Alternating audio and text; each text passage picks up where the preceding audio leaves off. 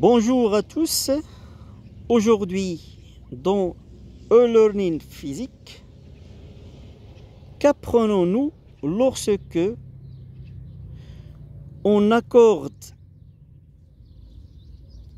une attention particulière à la page de garde d'un examen de baccalauréat? Eh bien, nous allons voir que ce n'est pas du temps perdu. Ça va nous permettre en fait à reconstituer nos connaissances, nos acquis scientifiques. Ça va nous permettre également de revoir ce que nous avons appris pendant l'école, d'aborder notre examen sans problème. Alors, déjà ici, dans cet exemple-là, on a deux exercices. Un en physique et un en chimie. Alors, pour la chimie, il s'agit d'une étude concernant la solution aqueuse d'acide butanoïque. Et dans la physique, vous avez en fait trois exercices. Le premier portant sur la propagation d'ondes, le deuxième sur la radioactivité d'un noyau lourd et le troisième sur l'électricité. Alors, concernant la chimie, solution aqueuse d'un acide carboxylique. Donc, c'est en fait RCOOH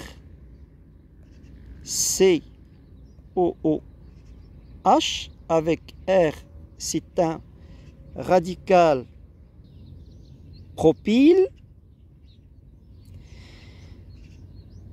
Il faut garder à l'esprit que les acides carboxyliques en solution aqueuse, ce sont des acides faibles. Donc ça, c'est acide faible. Donc sa dissociation dans l'eau est limitée. Donc il s'agit d'un équilibre acide-base dans l'eau. Donc on aura un pKa qui est fini. Donc ici, généralement, c'est aux alentours de 5 pour les acides carboxyliques. Et donc, je peux, par mesure de pH, je peux calculer la concentration ou vice-versa. Connaissant la concentration, déterminer la valeur de pH. Donc, il faut retenir cette équation-là. Donc, pH, c'est en fait c'est 1/2 de pKa plus PC. Le P, c'est le cologarithme décimal. Donc, connaissant la concentration, je peux remonter au pH ou inversement. Bien sûr, la solution n'est pas trop diluée. Maintenant, je peux aussi traiter le dosage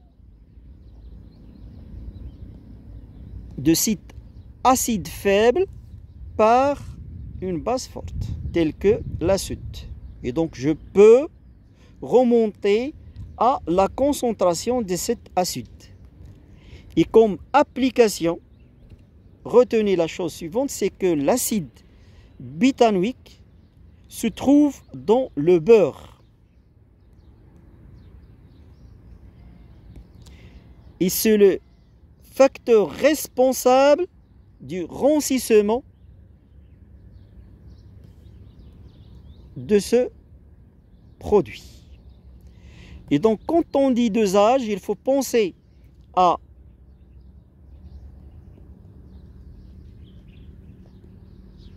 la relation d'équivalence CAVACB VBE. Pensez aussi à la détermination par graphique du pKa de couple acide-base concerné. C'est le pH de la demi-équivalence. Donc voilà comment on résume les acquis concernant une solution aqueuse d'un acide carboxylique. Alors, vous pouvez se poser la question à propos de cette relation-là, pH 1,5 de pKa plus Pc. Donc, il suffit d'écrire Ka. C'est H3 plus au carré. Donc, c'est 10 moins pH au carré sur la concentration apportée par cet acide dans la solution. Alors pourquoi 10 moins pH au carré? Tout simplement parce qu'on néglige l'autoprotolyse de l'eau. Et pourquoi ici vous avez au dénominateur C? Parce que on considère que cet acide est un acide faible, donc sa dissociation est partielle dans l'eau, et donc on néglige la concentration de l'ion carboxylate par rapport à la concentration initiale. Maintenant pour le premier exercice de la physique. Comment se positionner dans son examen en précisant les questions en relation avec... Alors ici, vous avez propagation d'une onde. Propagation d'une onde. D'abord, pour l'onde, nous n'avons pas précisé son type. Donc, ça peut être une onde mécanique, comme ça peut être aussi une onde électromagnétique, par exemple la lumière. Alors, l'onde mécanique, il nécessite un milieu de propagation. L'onde électromagnétique peut se propager dans le vide. Alors, les questions maintenant qui peuvent concerner cet exercice-là. D'abord, pour l'onde mécanique, je peux m'intéresser à sa longueur d'onde, sa fréquence ou sa période, sa vitesse de propagation dans un milieu donné, et ces trois grandeurs-là peuvent être écrites dans une équation appelée l'équation de dispersion. C'est vitesse fois la période, c'est en fait vitesse sur la fréquence.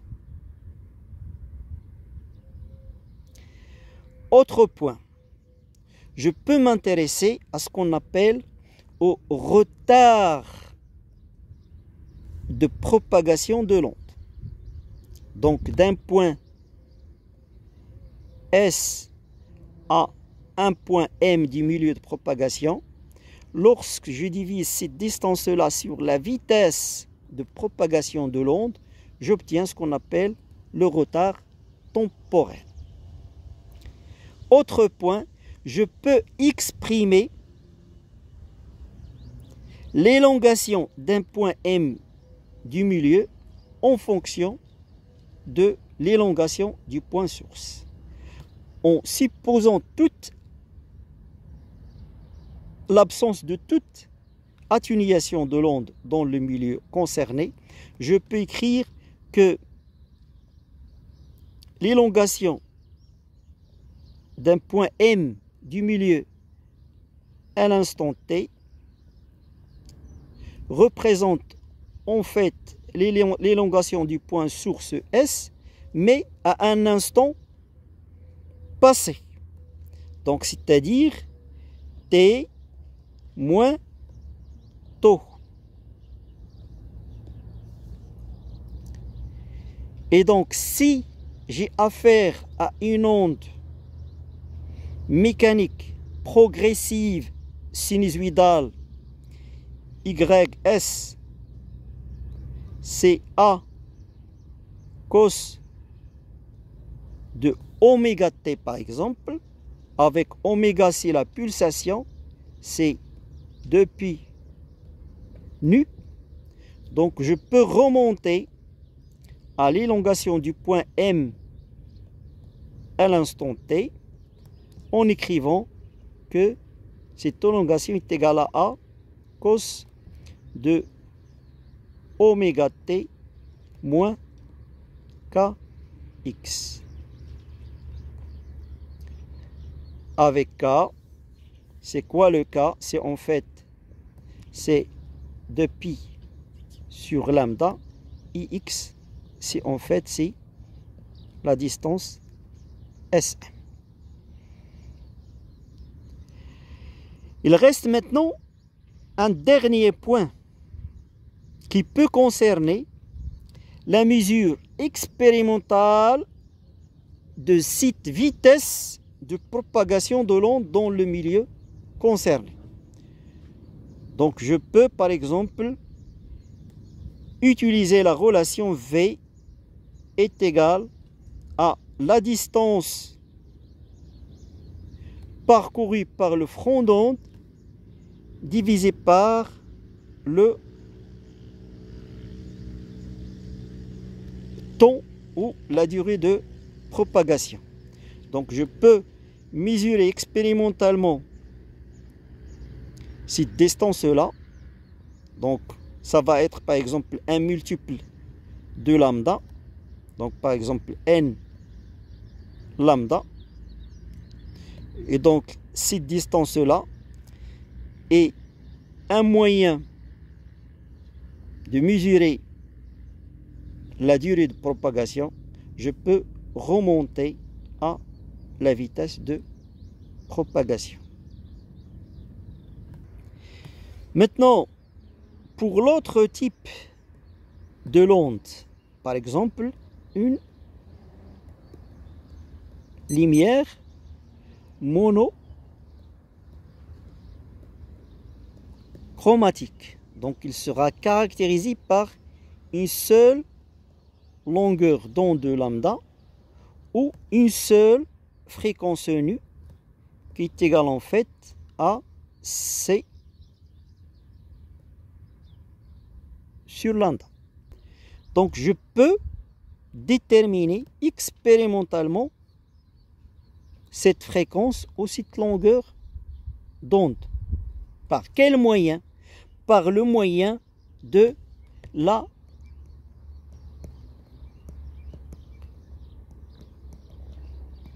diffraction lumineuse. Donc je peux utiliser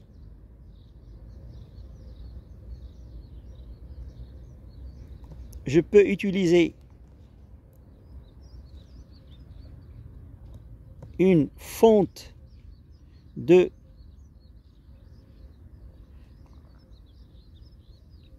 largeur A comparable à la longueur d'onde pour obtenir ce phénomène de diffraction. À ce moment-là, qu'est-ce que j'aurai? J'aurai une certaine ouverture de cette lumière, ce faisceau de lumière. Donc j'obtiens par exemple ici une frange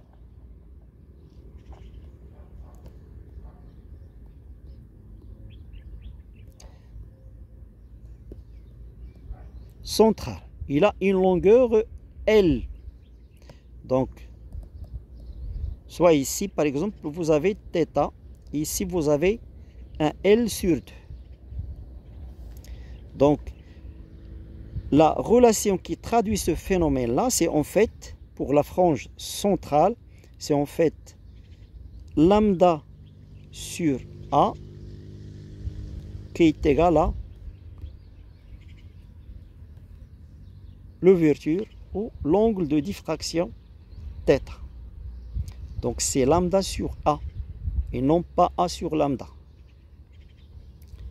Parce que lorsque A augmente, θ va tendre vers 0 et donc on remonte à la propagation rectiligne de la lumière. Donc ici, en fait, on a une propagation sous forme d'onde.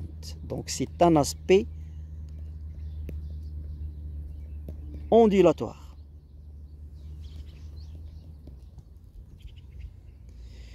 Donc, connaissant le L, je peux déterminer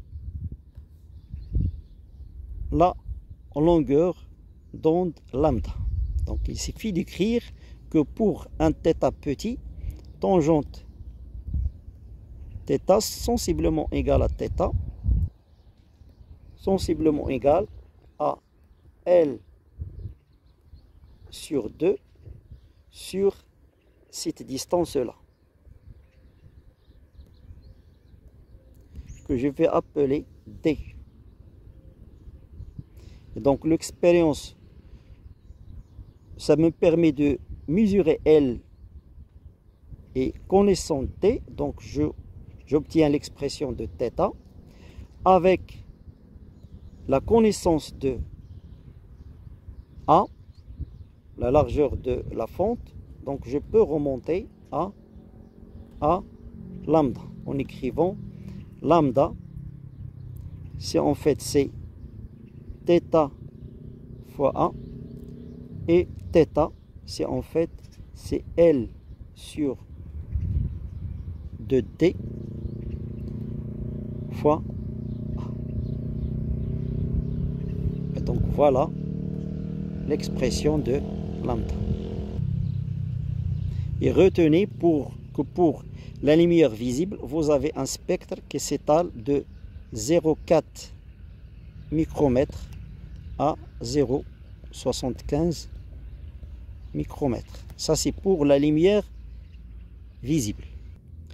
Alors, maintenant pour l'exercice 2, on a affaire à ce qu'on appelle une radioactivité naturelle d'un noyau lourd. Ici, vous avez le A qui dépasse 200. Donc, on s'attend à ce que la particule émise est une particule alpha. Donc, c'est un éléon de 4. Et puisque c'est une émission spontanée, nous pouvons déterminer à partir de la loi de désintégration naturelle ou la loi de décroissance radioactive, nous pouvons déterminer l'évolution de l'activité de ce noyau-là en fonction du temps. Le A, c'est en becquerel, et c'est en fait c'est la vitesse de désintégration naturelle, c'est-à-dire c'est le nombre de désintégration de particules émises par seconde. Et donc ça évolue sous forme d'une courbe exponentielle. Donc ici, le A avec ici, c'est le A0, c'est A0 exponentielle moins lambda T. Lambda, c'est ce qu'on appelle la constante radioactive lambda, c'est ln de 2 sur T. T est appelé la période radioactive, quoique ce phénomène-là n'est pas périodique. En fait, c'est le temps de demi-vie. Donc, c'est-à-dire, vous avez ici A0 sur 2, T, c'est le temps de demi-vie. On le note T1 demi. Donc, je peux, connaissant par exemple l'activité du radon dans l'air à un instant donné, je peux qualifier cet air, est-ce qu'il est pollué ou non. Alors, dernier résumé, ça concerne les oscillations électriques libres. Donc, qui dit libre? Donc, il n'y a pas d'intervention externe. Donc, on s'attend au niveau de l'équation différentielle à ce que le second membre soit égal à 0. Donc, ici, ça peut être un circuit RC, un circuit RL ou un circuit RLC. Donc ici, c'est premier ordre. Ici, second ordre. Alors, pour RC, vous avez des charges d'un condensateur. Donc, vous avez une équation différentielle de la forme Q de Q point plus Q sur taux. En fait, ici, c'est homogène à coulomb par seconde. Donc, ça va être un E. Donc, coulomb par seconde, c'est un courant. Donc, il faut diviser par R. Alors, c'est lorsque le circuit RC est soumis à un échelon de tension. Vous aurez ça. Le temps Q. Donc, par exemple, ici. Donc, charge et décharge.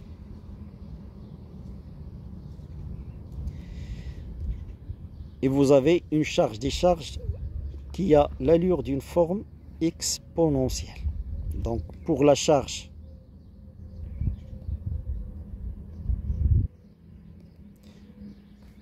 donc vous avez le Q, c'est Q0, 1 moins exponentielle moins T sur taux. Le taux, c'est le temps de charge, le temps caractéristique des circuits.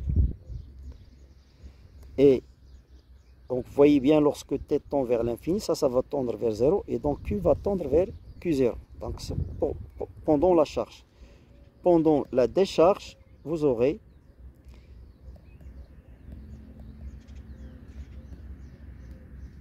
un Q est égal à un Q0 exponentielle moins T sur taux. Avec ça, ça va dépendre des conditions initiales.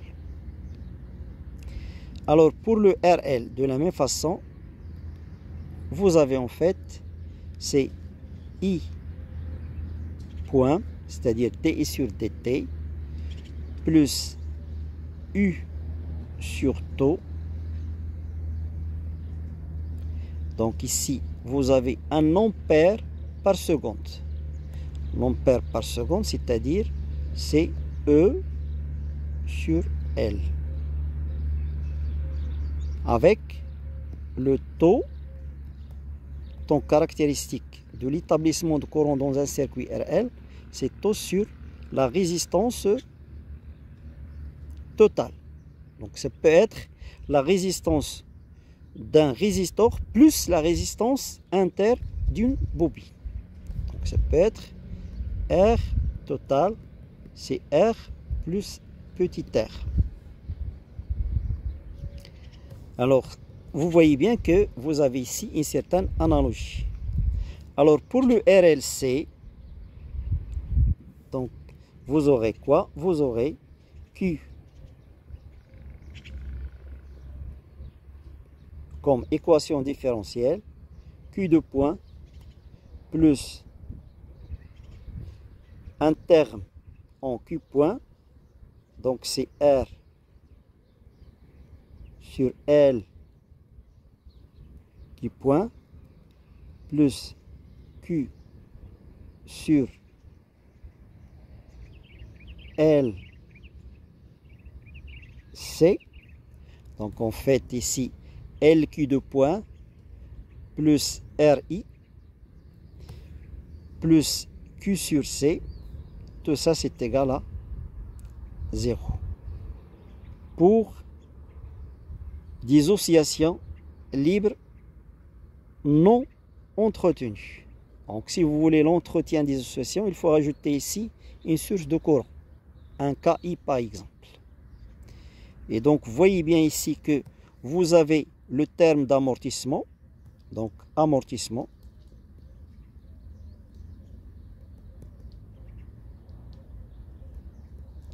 dû à cette résistance R du circuit. Et vous avez ici le 1 sur LC qui représente en fait c'est la pulsation libre du circuit, oméga 0 au carré. Et donc si vous avez un amortissement faible, vous aurez des oscillations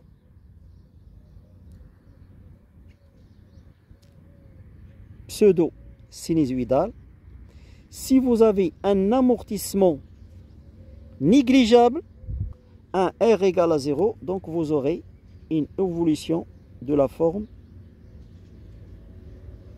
sinusoïdale.